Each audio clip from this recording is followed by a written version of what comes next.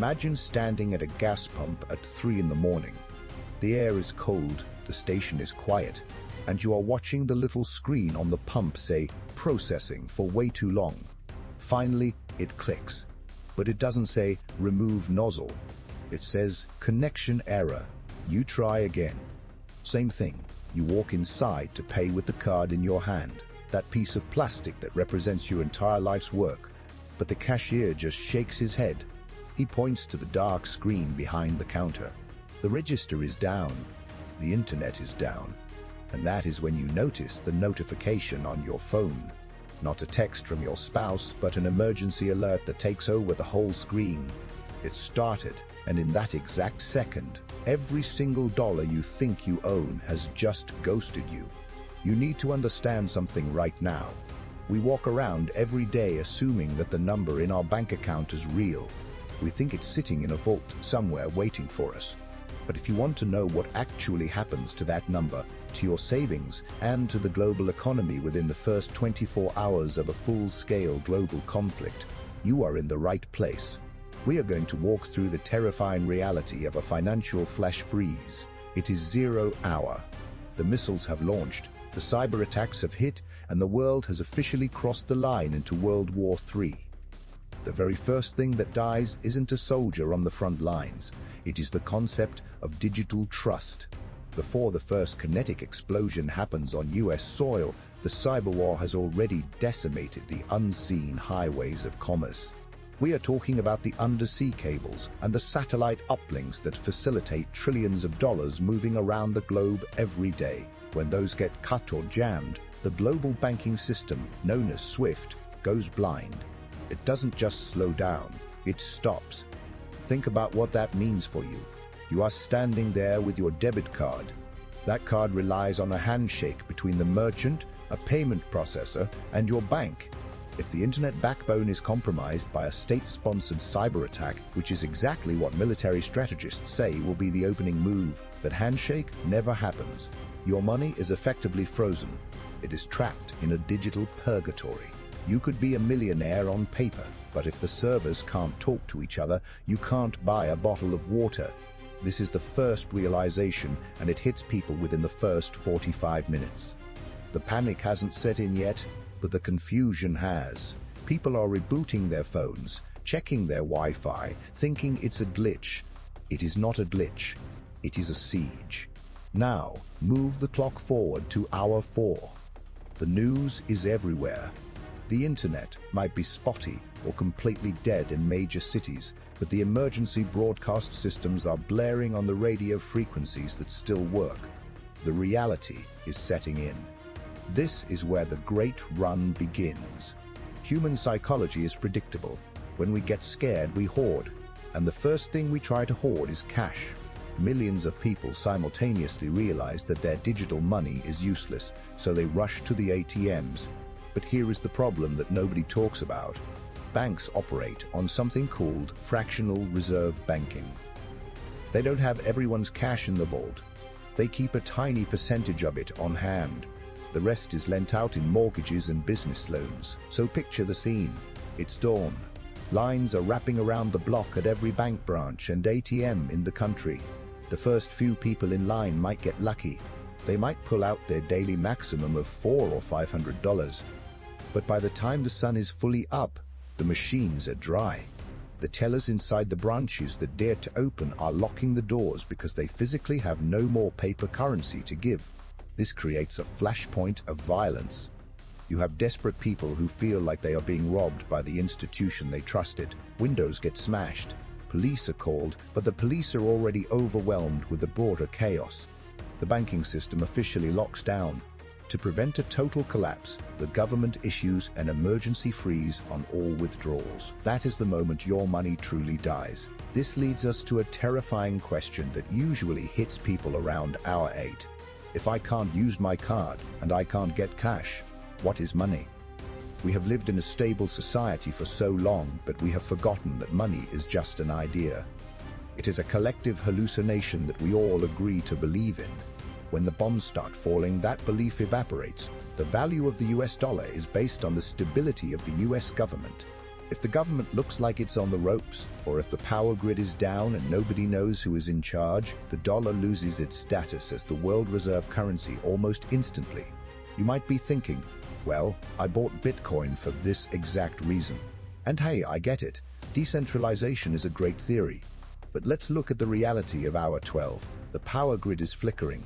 The internet is segmented. To transact in crypto, you need a network. You need miners validating blocks. You need a functioning global infrastructure. If the transatlantic fiber optic cables are severed by Russian submersibles, the global internet splits into fragmented intranets.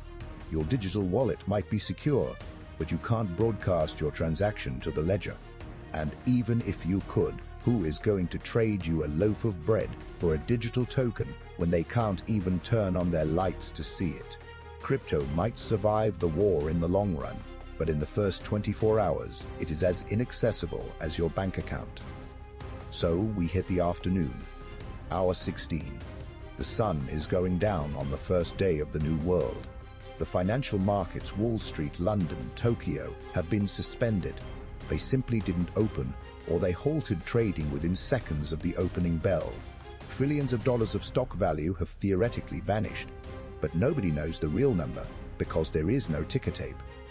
This is where the economy shifts from finance to survival.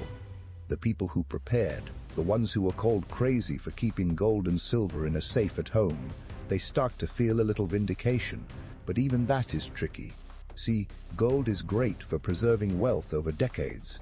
It is fantastic for bribing a border guard to let you out of a war zone. But in hour 16 of World War III, you cannot walk into a grocery store and shave off a flake of gold for a can of beans. The clerk doesn't know what it's worth. They don't have a scale. They don't care. They want something they can use. This is the twist that catches almost everyone off guard. The most valuable currency in the first 24 hours isn't gold, and it certainly isn't dollars. It is utility. The barter economy explodes into existence before the sun sets. The exchange rate becomes visceral. A full tank of gas is worth more than a Rolex. A box of antibiotics is worth more than a stack of $100 bills. We revert to the most primal form of economics. Value is determined by scarcity and immediate need. If you have a generator and 5 gallons of fuel, you are the richest person on your block. If you have a pantry full of food and a way to defend it, you are a bank. And this is dangerous because people realize it very quickly. The targets aren't the banks anymore. The targets are the houses with the lights on. Now we are moving into the night, hour 20. The darkness is heavier now because the street lights aren't working in many places. The government knows that if the financial panic continues, the country will eat itself from the inside out before the enemy even arrives. So typically, this is when the executive orders start coming down. You need to understand that in a total war scenario, the government has the power to seize resources. They can nationalize industries. They can freeze prices. What happens next is the rationing pivot. The news, if you can get it, starts talking about resource allocation. Your credit score is now meaningless. Your credit limit is 0. The only thing that matters is your citizenship ID and your allocation for the week. In 20 hours, we go from a free market capitalist society to a command economy.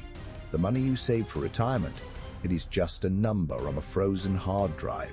It might come back one day, years from now, but for tonight it doesn't exist. The realization breaks people.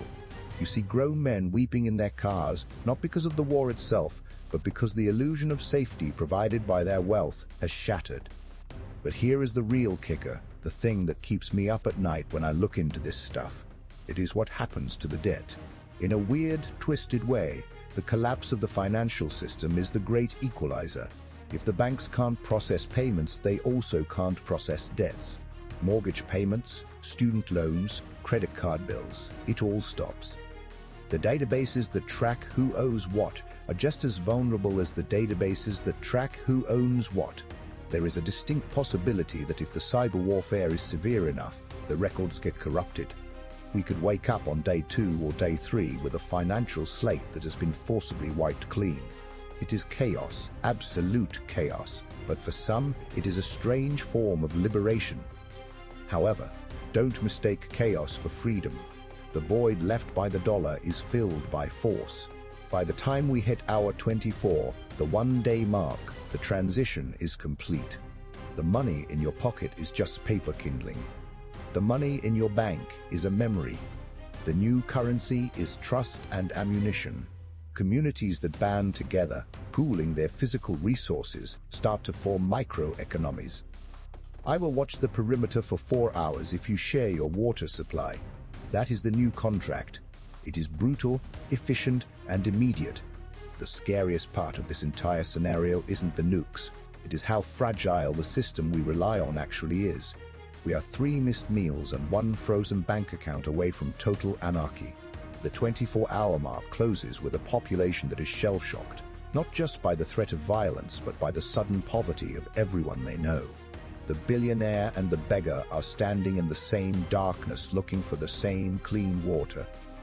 The playing field levels out in the most horrific way possible. So, when the sun rises on day 2, the world looks different. The stock tickers are black, the ATMs are smashed, but you are still there. And if you are smart, you realize that your wealth wasn't what you lost. Your wealth is what you have between your ears and what you have stocked in your basement.